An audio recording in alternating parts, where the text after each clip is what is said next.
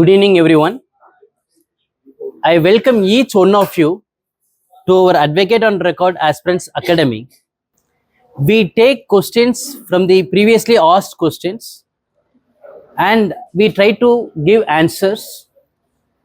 And dear friends, whatever the answers that we are giving, even you can further investigate the matter and you can come out with the best landmark judgments. So whatever the best possible manner that we can provide, we are providing it. But this is not the final words. This is only the guiding light for you people to make further research, understand and write precisely with time managing everything. So it is our regular practice that we recite the preamble of the Constitution of India before we start with our topic. The reason is we strongly believe that our founding fathers have laid down certain duties on us.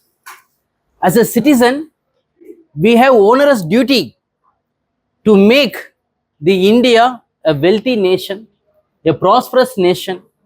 Therefore, it is a duty of every individual to work for the upliftment of this country and countrymen.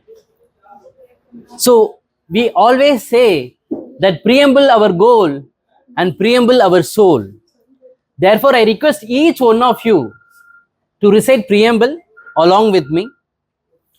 We, the people of India, having solemnly resolved to constitute India into a sovereign, socialist, secular, democratic republic, and to secure to all its citizens justice, social, economic, and political, liberty of thought, expression, belief, faith, and worship, equality of status and of opportunity, and to promote among them all fraternity, assuring the dignity of the individual and the unity and integrity of the nation.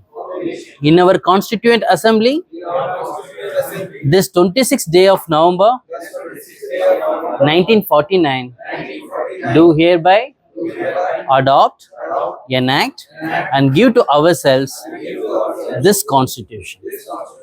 Dear friends, this should not only be your prayer.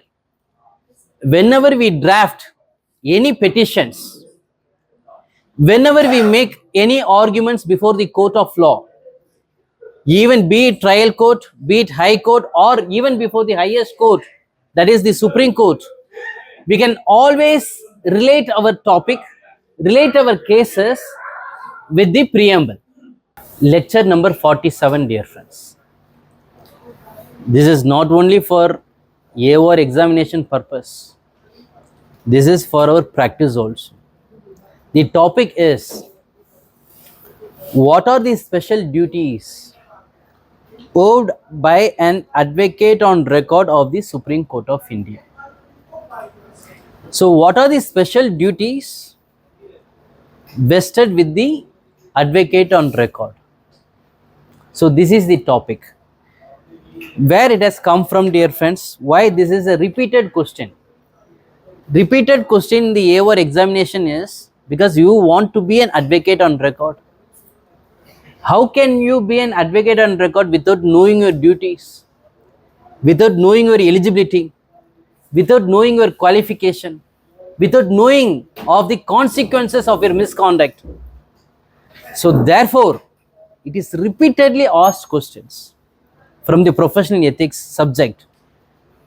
There will be one question with respect to the advocate on record duties. There is no right, because it is a privilege given to us to address at the highest court. So there are different responsibilities we have. An advocate on record is the only person responsible. We cannot escape from the clutches. That is what the rule says. Judgment also says. So I will be taking you to step by step. Foremost, I will tell you at the outset, I will tell you from where it has come from, which question paper. 2021 Question number 8, 20 marks. I repeat, 2021 AOR examination question paper 2021. Question number 8, it carried 20 marks. What special duties are owed by an advocate on record of the Supreme Court of India? Discuss with reference to relevant rules and decided cases. Please set out your views on the necessity or otherwise of the advocates on record system with reference to decided cases. So these are the questions. So how are we going to approach? We are going to approach this topic. So this talks about advocates on record. So let us see Advocates Act first. Advocates Act classify two classes of advocates. One is advocate, another one is senior advocate. There is no junior advocate, there is no associate advocate, nothing. Advocates Act classifies two people, one is advocate and senior advocate. Now, coming to the point, once you enroll as an advocate, you are entitled to practice in the territory of India, including the Supreme Court. So, which is that provision, dear friends, which provides us the right?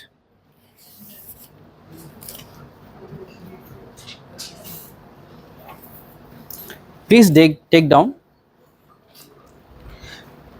See, you have to see step by step how we are approaching the topic. Under section 16 of the Advocates Act recognizes two classes of advocates: senior advocates and other advocates. Now, section 29 and 30 of the Advocates Act are relevant. Section 29 says advocates to be the only recognized class of persons entitled to practice law. Whether doctor can practice law, whether CA can practice law, or engineer can practice law, they can appear as a party in person, that is different. But they cannot practice as an advocate. It is only a person, and not only a person who is having a graduation. Law graduate cannot practice as an advocate unless and until they enroll themselves. So it is a privilege given to an advocate to assist the court to arrive at a justice. Section 30, right of advocates to practice. Section 30 of the Advocates Act 1961, which deals with right of advocates to practice. It says like this, dear friends: subject to the provisions of this act, the Advocates Act, every advocate whose name is entered in the state roll shall be entitled as of right to practice throughout the territories to which this act extends. 1 Roman letter 1, in all courts, including the Supreme Court. This is very important. Once you practice, once you get enrolled, you are entitled to practice throughout the territory in all courts, including the Supreme Court. Then Roman letter 2 says, before any tribunal or person legally authorized to take evidence. 3. Before any authority or person before whom such advocate is by or under any law for the time being in force entitled to practice. So we have seen section 16 of the Advocates Act, 29 and 30, which gives us a right to practice even in the Supreme Court.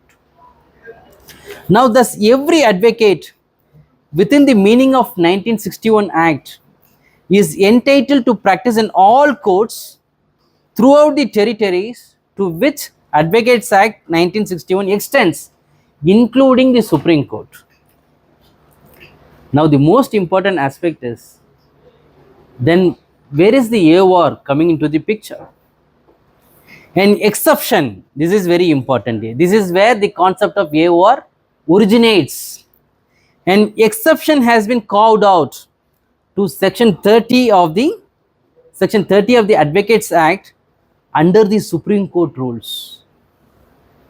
Section 30 is Advocates Act, but the exception is the Supreme Court rules framed by this court in exercise of the power under Article 145 of the Constitution of India with the approval of the President of India. Hope it's clear, dear friends. Now, Order 4 thereof deals with advocates. Order 4 deals with advocates. Rule 1 of Order 4 carves out an exception. So, even an advocate who has not completed even a 1 year, they can also appear before the court.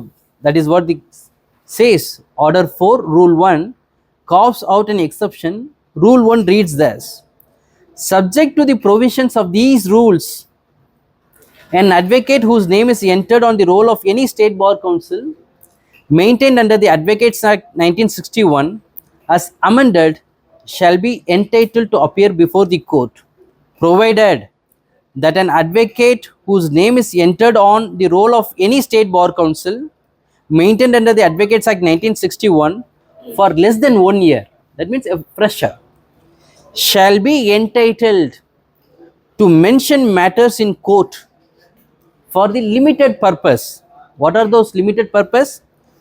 Asking for time, asking for date, asking for adjournment and similar such orders, but shall not be entitled to address the court for the purpose of any effective hearing.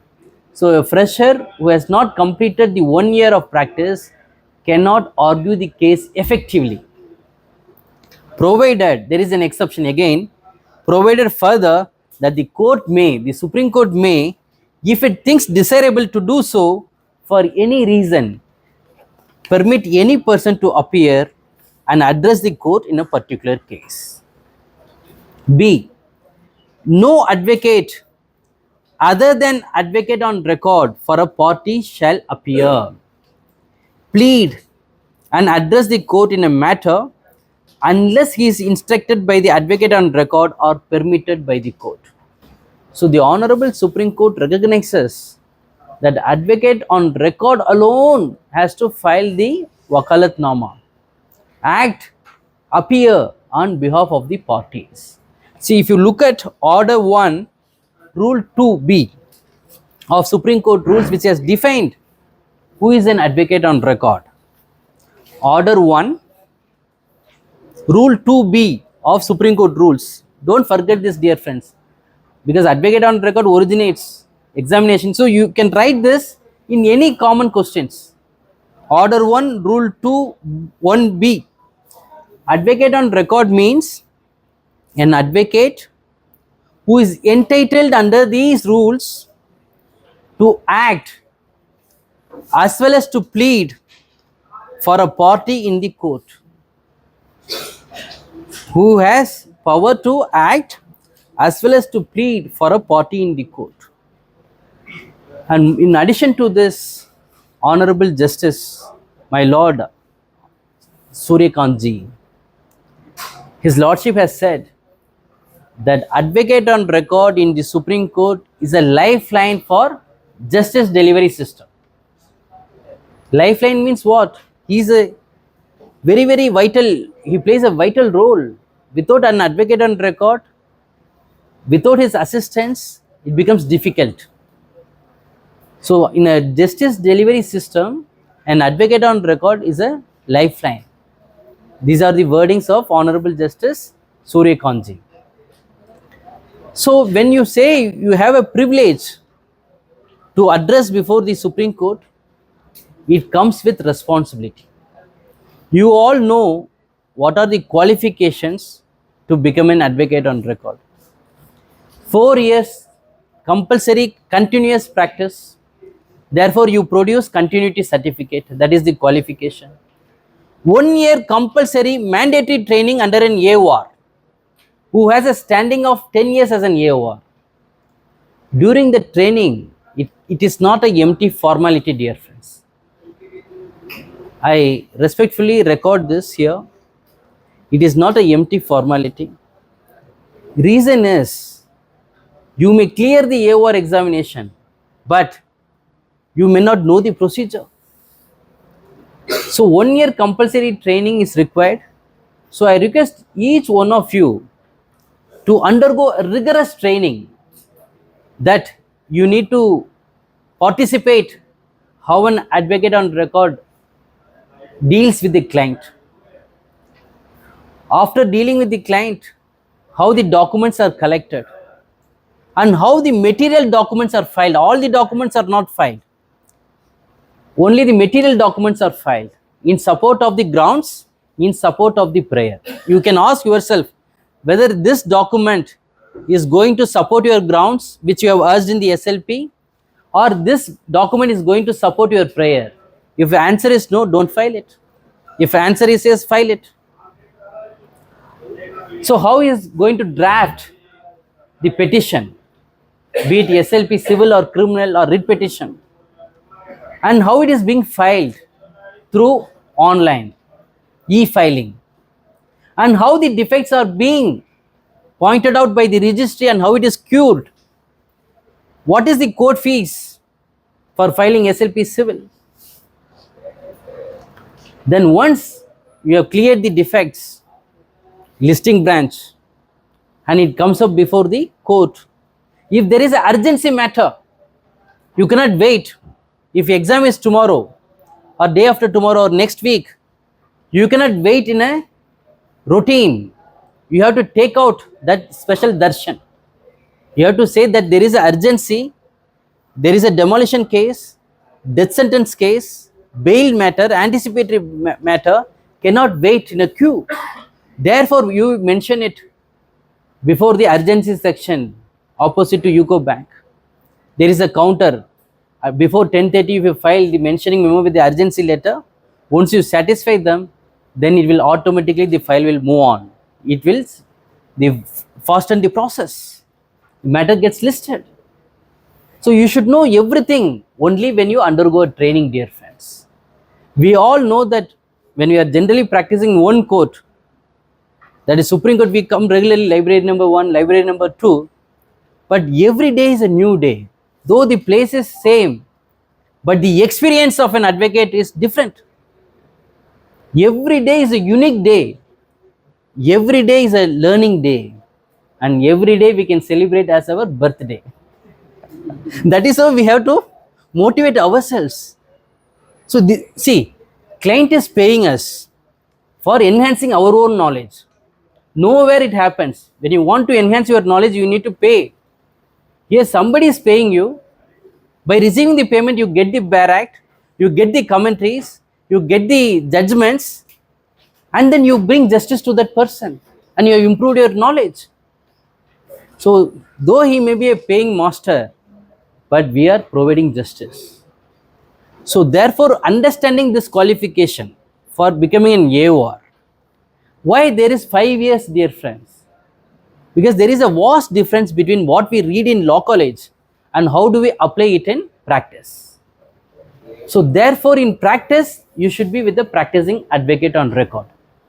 Therefore, it makes a lot of difference, ocean of difference. So once you file Wakalatnama, how will you file Wakalatnama? When client is in maybe in Mumbai, we are in Delhi, reference through a common friend. So you don't identify who is that person. So you seek notary, even on Wakalat. So he identifies and you have to cross check, ask him to send Aadhaar card, whether he is the right person. Even in Wakalat we say we are satisfied. So from the beginning till the getting of the certified copy of the judgment, the only person who is responsible everywhere, maybe a reference be an advocate, you may engage a senior advocate, but throughout from the beginning till the end, one person who is responsible for all these activities is none other than advocate on record. So therefore you have to be very careful. And generally we draft in a petition, if it is referred by a friend, we'll say drafted by so and so, filed by advocate on record.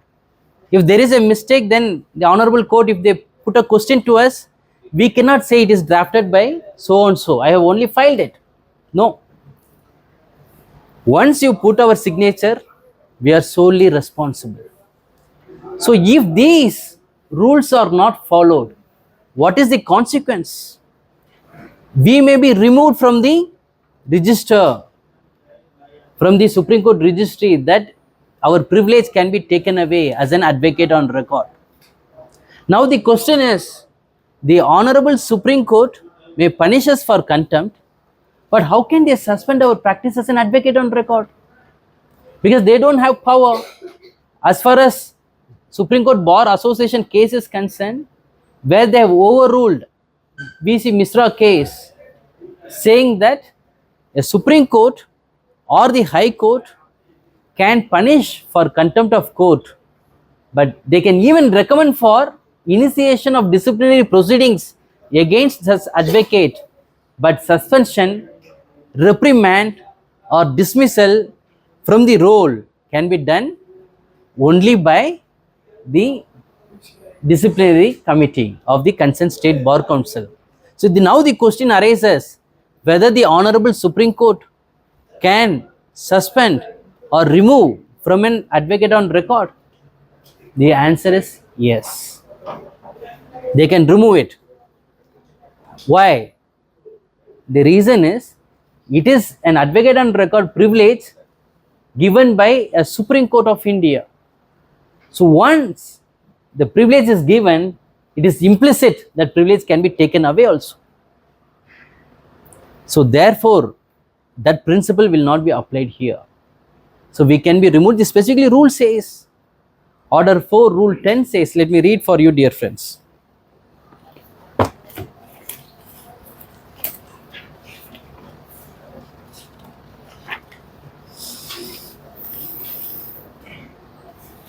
When on the complaint of any person or otherwise, the court is of the opinion that an advocate on record has been guilty of misconduct or of conduct unbecoming of an advocate on record, the court may make an order removing his name from the register of advocates on record, either permanently or for such period as the court may think fit, and the registrar shall thereupon report the said fact to the Bar Council of India and to State Bar Council concerned.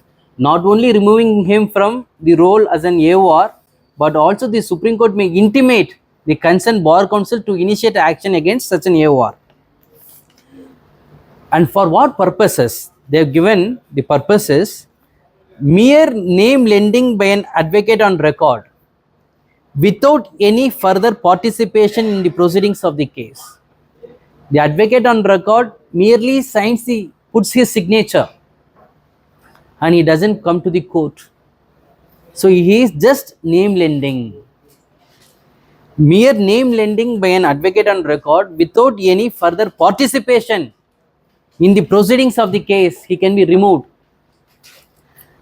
Absence of the advocate on record from the court without any justifiable cause when the case is taken up for hearing.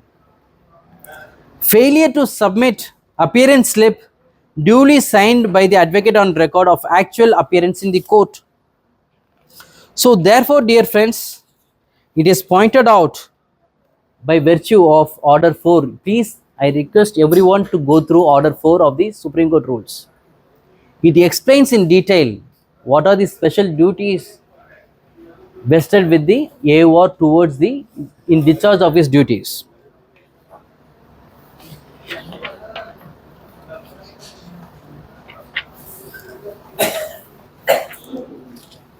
So we may note here that if advocates on record start behaving irresponsibly, what happens?